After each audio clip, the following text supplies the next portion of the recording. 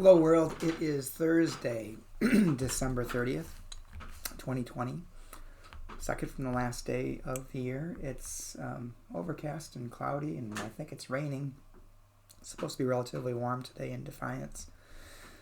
But just kind of a dismal day. So maybe a good day for indoor projects, or staying home and reading a book, or meditating, or praying. Lots of good opportunities to stay indoors today. Today's devotion is written by Vicki Kemper, and it is entitled Seeing Our Kinfolk.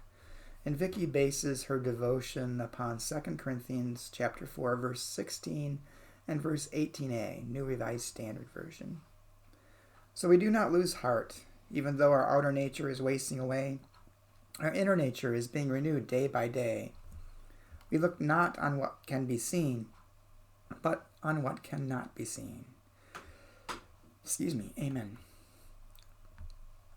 How does one look at what cannot be seen? With watching hope, view the deep knowing of those closest to it, with new perspective. For the longest time, the European settlers of New Zealand saw the Wanganui River as a resource to be exploited. So they dammed, dredged, and otherwise degraded it. Now, after years of struggle by the Wanganui Maori, the nation's laws recognized Te Awa Tupua for what the river has always been to the native peoples. Their ancestor and source of spiritual power as a living being with legal status. Ecuador's constitution declares nature's inalienable right to exist and flourish and give life.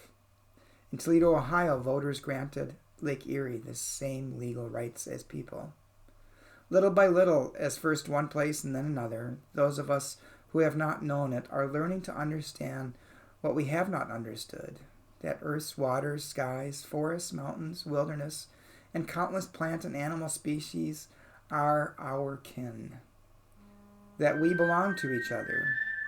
Better late than never, we are considering our responsibilities to the natural world as well as what we can take from it.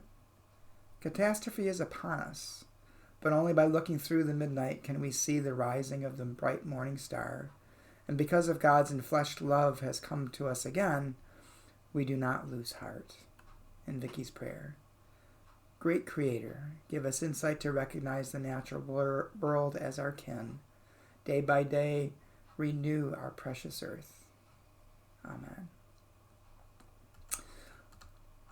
This devotion reminds me once again that we are not separate from the world. We are an integral part of the world, where our lives are interconnected with creation. And so whatever we do to creation, we do to ourselves. And that's something I think we have to be cognizant of. And I think it helps to go back and read Genesis 1 and Genesis 2, the two creation stories. And in the first creation story, God creates everything before humanity is created.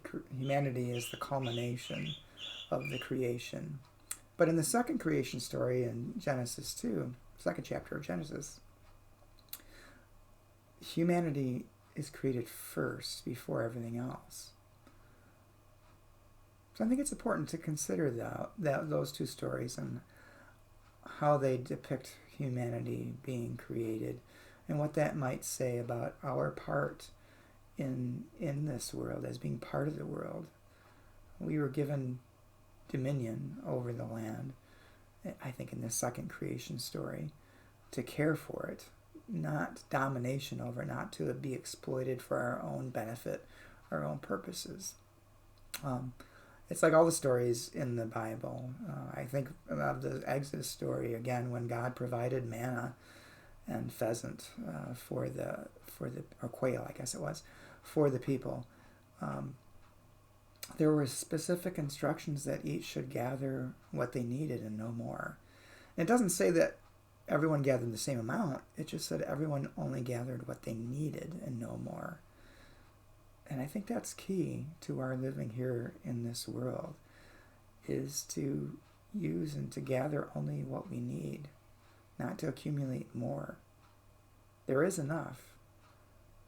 there is enough for everyone and everything if we only take what we need. Hope you have a good day, and I will try to talk to you again tomorrow.